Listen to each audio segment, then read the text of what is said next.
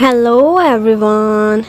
तो अब Frau germ को अंकल साकड़ा का राज बताने के लालच में उसको फायर एग्जिट वाली स्टेयर्स के पॉइंट पर बुलाती है। अब वो खुद वहाँ पर जाकर उसका वेट कर रही होती है कि यहाँ पर वो देखती है तो रुथ के अंदाज बहुत बदले हुए थे। रुथ वही असिस्टेंट था जो अंकल साकड़ा के लिए काम करता है। जबकि उधर जॉम जब आ रही होती है तो अंकल साकड़ा एक बहाने से उसे रोक लेते हैं और अपने साथ बातों में लगाई रखते हैं। वो चाहते नहीं थे कि इस टाइम पर फ्राउ के पास जॉम पहुंच सके। एक्चुअली यही तो उनकी चाल थी। उन्होंने रुथ को ये टास्क दिया था कि वहां जाकर फ्राउ को मार डालो। फ्राउ को देर नहीं लगती ये समझने में कि एक्चुअली जॉम को जेल भेजने में वो उसे मर्डर करेंगे और उसका इल्ज़ाम वो लोग जॉम पर डाल देंगे। इतने में वो एक दफ़ा रुथ को डॉज करती है और अपने फ़ोन से वहाँ की वीडियो भी बनाने लगती है। लेकिन रुथ को ये सब पता चल गया था। जब वो उसे पकड़ लेता है तो उसे मारने से पहले पहले उसके फ़ोन से वो वीडियो भी डिलीट कर देता है। उसने उसे सीढ़ियों से धक्का दे दिया था, जिसके बाद वो उसे बुरी तरह से मार डालता है। अब जब जॉम वहाँ पर पहुँचती है तो यहीं पर ही फ्राउ की डेड बॉडी पड़ी हुई थी। वो सारी ब्लड में भरी हुई थी और एंड टाइम पर सीरी भी वहाँ पर ऊपर आ जाती है और उसका यही टास्क था कि वो हर तरह से जॉम को मर्डरर साबित कर सके। वो उसके हाथ खून में रंग देती है और अंकल साकड़ा भी ऊपर से पहुँच जाते हैं। उन्होंने वहाँ पर पुलिस को भी बुला लिया था। अब पुलिस भी पहुँचती है और नाइट भी। हर कोई ये देखकर सरप्राइज था। जब पुलिस पूछताछ करती है तो सीरी भी यही स्टेटमेंट देती है कि जॉम ने ही इसे मारा होगा। जॉम अपने आप को बेगुनाह साबित करने के लिए कहती है कि मैं तो उस टाइम पर अंकल साकड़ा के पास थी, उनसे बातें कर रही थी। लेकिन अंकल साकड़ा एकदम स्ट्रेंजर बन जाते हैं और कहते हैं मुझे नहीं याद तुम किस बारे में कह रही हो, कब की बात कर रही हो। जॉम कौन सा कोई डम गर्ल थी। उसे फौरन से समझ आ जाती है कि अंकल साकड़ा ने मुझे कहा था ना मैं 3 दिन में तुम्हें जेल में भेजूंगा। एक्चुअली उन्होंने ही ये सारा कुछ फ्रेम किया है। अब वो बेचारी बुरी तरह से फंस चुकी थी। उसके पास खुद को इनोसेंट साबित करने के लिए कोई एविडेंस नहीं बचा था। लेकिन यहाँ पर नाइट उसके पास आता है। उसे कहता है कि बेशक जो कुछ दिख रहा है मैं समझ सकता हूँ कि वैसा बिल्कुल भी नहीं है। मुझे तुम पर पूरा पूरा विश्वास है। मैंने तुम्हारे साथ ज़्यादा समय नहीं बिताया, लेकिन इतना जानता हूँ कि तुम ऐसा कभी नहीं कर सकती। अब जॉम बहुत परेशान थी। ऐसी सिचुएशन में वो पैनी को कॉल करती है। वो बहुत स्मार्ट था और इस तरह की क्राइम की सिचुएशन को समझने में वो बहुत मास्टर था। पैनी जॉम को यही मशवरा देता है कि तुम अच्छे से याद करो, कुछ तो एबनॉर्मल होगा जो तुमने वहाँ पर पहुँचते ही फील किया होगा। अब जॉम एक दफ़ा याद करने लगती है तो उसे ख्याल आता है कि मरते हुए फ्राउ ने अपना फ़ोन अपने हाथ में ज़ोर से पकड़ा हुआ था। यूँ लगता था कि जैसे वो उसमें कुछ बचाना चाहती है। तो पैनी कहता है कि यकीनन फिर तुम्हें इनोसेंट प्रूफ करने के लिए एविडेंस भी उसी फ़ोन में होगा। उधर फैकॉन बहुत ज़्यादा डिप्रेस था। बेशक फ्राउ उसके साथ सिंसियर नहीं थी, उससे प्यार नहीं करती थी, लेकिन वो तो उससे हमेशा से सच्चा प्यार करता था। और जब वो जॉम को वहाँ से बाहर आते देखता है तो फ्राउ के मर्डरर को देखकर वो उस पर हमला कर देता है। वो इतने गुस्से में था कि अभी से जॉम को जान से मार देना चाहता था। और फिर हमें दूसरी तरफ दिखाते हैं कि सीरी ये सारा कुछ इसलिए कर रही है क्योंकि रुथ उसे ब्लैकमेल कर रहा था उसकी एक वीडियो दिखाकर। लेकिन सीरी ये सारा कुछ करते हुए बहुत गिल्टी फील कर रही होती है और वो बहुत डरी हुई भी थी। और वैसे भी उसे ये अंदाज़ा नहीं था कि रुथ ब्लैकमेलर होने के साथ साथ एक मर्डरर भी होगा। अब जब नाइट पुलिस स्टेशन जा रहा था तो जाते हुए वो वहाँ पर सीरी और रुथ को इकट्ठे देख लेता है और उसे काफी शक होता है उनके इकट्ठे होने से। जॉम एक दफा नाइट को हक करती है और उसे कान में बता देती है कि फ्राउ के फोन में कुछ ऐसा है जिससे मैं इनोसेंट प्रूफ हो सकती हूँ। अब नाइट समझ जाता है कि उसे फ्राउ का फोन हासिल करना होगा, लेकिन वो पूरी कोशिश करता है और जाते जाते जॉम को बताता है कि ये पुलिस वाले शायद साथ मिले हुए हैं, इसीलिए ये मुझे फोन तक एक्सेस नहीं दे रहे। उधर पैकॉन बेचारे को जब पता चलता है कि फ्राउ उस टाइम पर प्रेग्नेंट भी थी तो उसका गुस्सा और भी डबल हो जाता है। अब उसके लव के साथ साथ उसके बच्चे का भी किसी ने मर्डर किया था।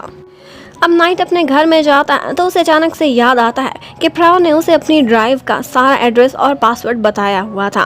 ये सारी डिटेल्स उन्होंने तब शेयर की थी जब वो बॉयफ्रेंड गर्लफ्रेंड थे और अक्सर बिजनेस के सिलसिले में उन्हें एक दूसरे की फाइल्स चाहिए होती थी। अब नाइट डरते डरते उसकी ड्राइव का पासवर्ड एंटर करता है और वहाँ पर उसे बैकअप में वो फाइल मिल जाती है, वही वीडियो जिससे साफ पता चल रहा था कि रुथ ने ही उसका मर्डर किया और वो भी बहुत रूथलेसली। इतने में ऊपर से अंकल साकड़ा आ जाते हैं जॉम के बारे में नाइट से अफसोस करने के लिए।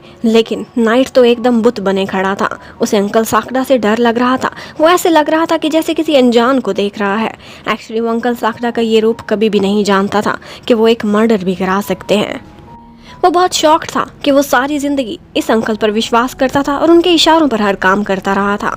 उधर हमें मिस्टर आर्क को दिखाते उसने सबसे बड़ा कारनामा कर लिया था। उसकी पहुंच बहुत आगे तक थी। उसने एक बड़ा लॉयर हायर किया था और अब वो चॉम की बेल करा लेता है क्योंकि चॉम के इस मर्डर में इन्वॉल्व होने के कोई क्लियर एविडेंस नहीं थे। अब चॉम जैसे ही घर पहुंचती है, नाइट भी आगे आया हुआ होता है और उसे वो वही वीडियो दिखाता है और कहता है कि तुम नहीं बल्कि अंकल साक्टा ने ये सब कराया है रूथ के जरिए। चॉम कहती है कि अंकल साक्टा बहुत खतरनाक हैं। सिर्फ इतना ही नहीं बल्कि मैं ये भी जानती हूँ कि वो शेयर्स खरीद रहे हैं और इस कंपनी को अपने हाथ में करना चाहते हैं। वो तुम्हारे भी दुश्मन हैं। अब वो लोग एक प्लानिंग करते हैं और उसमें पैनी को भी यूज करते हैं। पैनी एक दफा मॉल में जाते हुए सीढ़ी से टकराता है और उसके फोन में एक रिकॉर्डर लगा देता है जिसके थ्रू वो उसकी लोकेशन और उसकी बातें सुन सकते हैं। अब वो लोग उसी को ही मॉनिटर कर रहे होते हैं। इतने में चॉम नाइट से कहती है कि मैं फैकॉन के पास जाना चाहती हूँ और उसे बताना चाहती हूँ कि मैं मर्डरर नहीं हूँ। वो मेरे बारे में गलत सोच रहा होगा। उधर फैकॉन ने भी विंडो में से देख लिया था कि चॉम घर पर आई है। वो फौरन से गन निकाल लेता है। वो तो बस सीधा चॉम को मार डालना चाहता था। वो तो उस पर एक गन फायर भी कर देता है। यहाँ पर नाइट और स्टेप मॉम बहुत मुश्किल से उसे संभालते हैं और नाइट उसे वो वीडियो दिखाता है जिससे पता चलता है कि चॉम इनोसेंट है और असल मर्डर रुथ ने किया है। एक्चुअली स्टेप मॉम और नाइट उनके बीच हमेशा से दिलों में बहुत फासले रहे थे। वो कभी भी अपनी कंफ्यूजन मिसअंडरस्टैंडिंग्स को क्लियर करते ही नहीं थे। यहाँ पर मौका पाते चॉम आंटी से बात करती है और आंटी भी खुलकर नाइट से बातें करने लगती हैं।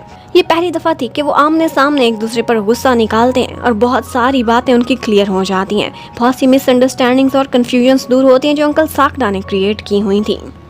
और इसी बीच पैनी को एक क्लू मिल जाता है रिकॉर्डर के थ्रू जहां पर रुथ कह रहा था कि अंकल साक्टा बहुत से शेयर होल्डर्स से शेयर्स खरीद रहे हैं और अब जल्द ही वो चेयरपर्सन खुद भी बन सकते हैं।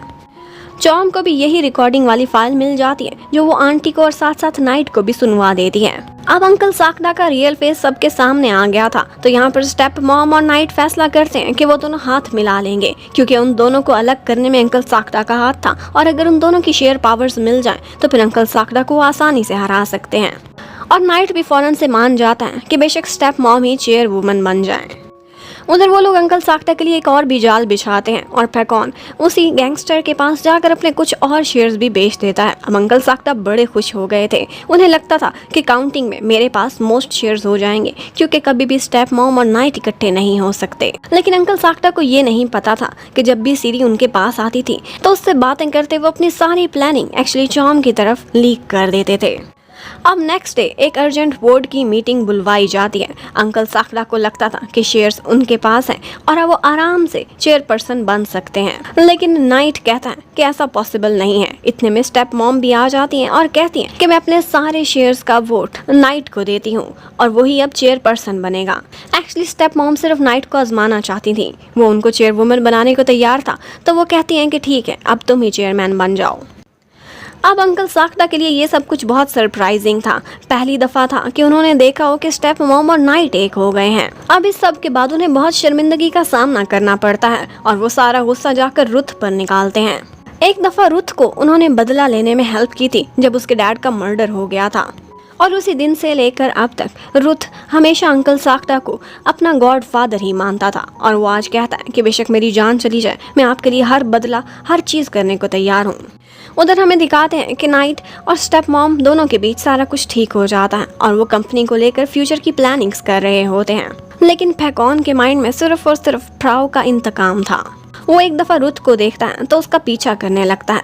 रुथ उस वक्त पीछे के रास्ते से बाहर जा रहा था तो वो बाहर निकलते ही उस पर एक नाइफ से हमला कर देता है, उसे बहुत मारता है और कहता है कि मैंने वो वीडियो देख ली है जिसमें तुम फ्राउ को मर्डर कर रहे थे। अब कंपनी के इश्यूज रिसॉल्व हो गए हैं तो जल्दी अंकल साक्टा भी पकड़े जाएंगे क्योंकि नाइट ये वीडियो पुलिस को दिखाने वाला है। अब फैकॉन तो ये करने के बाद भाग जाता है जबकि नाइट और अंकल साक्टा वहाँ पर पहुँच जाते हैं। एम्बुलेंस के आने में देर थी तो अंकल साक्टा रुथ को अपनी गाड़ी में ही हॉस्पिटल ले जाने लगते हैं, लेकिन रुथ नहीं चाहता था कि वो हॉस्पिटल जाए बल्कि वो अंकल साक्टा को एक बहाने से रोक लेता है और कहता है कि मैं कभी भी आपको कोई नुकसान नहीं पहुंचने दूंगा। वो गाड़ी से कुछ उठाने लगते हैं तो वो उनको एक डंडा मारकर बेहोश कर देता है और उसके बाद वो उनसे माफी मांगता है कि आपको बचाने के लिए मुझे ये सारा कुछ करना पड़ेगा। और इसके साथ ही एक वीडियो रिलीज होती है जिसमें रुथ एडमिट कर रहा था कि उसने फ्राउ का मर्डर किया है और इसकी वजह वो यही बताता है कि वो उसे डेट करना चाहता था लेकिन वो इनकार कर रही थी, इसलिए वो उसके प्यार में दीवाना होकर उसका मर्डर कर आया है। अब उसने ये सारा कुछ इतना पर्सनल बना लिया था कि अंकल साकटा के खिलाफ कोई सबूत नहीं रहा था। जब अंकल साकटा होश में आते हैं तो उन्हें भी ये सारा कुछ पता चलता है। वो बहुत सैड हो जाते हैं। वो एक्चुअली रुथ से बहुत प्यार करते थे क्योंकि उन दोनों का सालों पुराना साथ था और वो उनके साथ बहुत लॉयल भी रहा था। जाते जाते अपनी जान भी दे गया लेकिन उन पर आंच नहीं आने दी। अंकल साकटा बहुत दुखी होकर बैठे हुए थे और वो सोचते हैं कि अब रियलिटी से मुझे पर्दा उठाना ही पड़ेगा क्योंकि टाइम आ चुका है।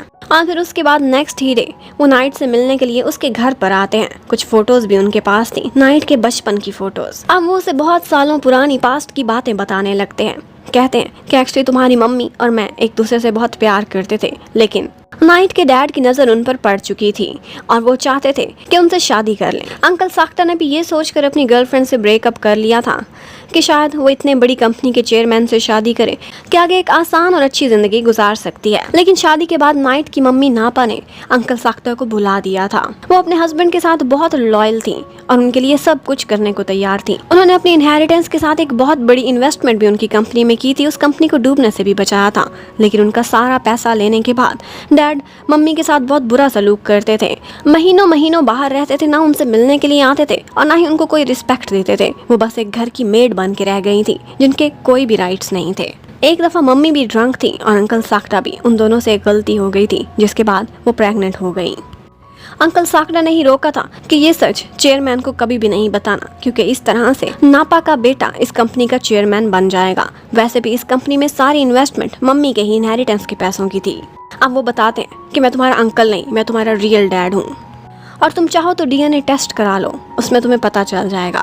नाइट के सामने उसकी लाइफ का सबसे बड़ा शौक आया था और वो ये सुनकर हैरान रह जाता है जब अंकल साकटा कहते हैं कि ये सारा कुछ मैं खुद को चेयरमैन बनाने के लिए नहीं बल्कि अपने बेटे के लिए कर रहा हूँ। मैं तुम्हारा बुरा कभी भी नहीं चाह सकता। लेकिन नाइट उनसे नजरें भी नहीं मिलाता और वहाँ से चला जाता है। अब नेक्स्ट क्या होगा ये देखने के लिए stay connected. Thank you for watching. Bye bye.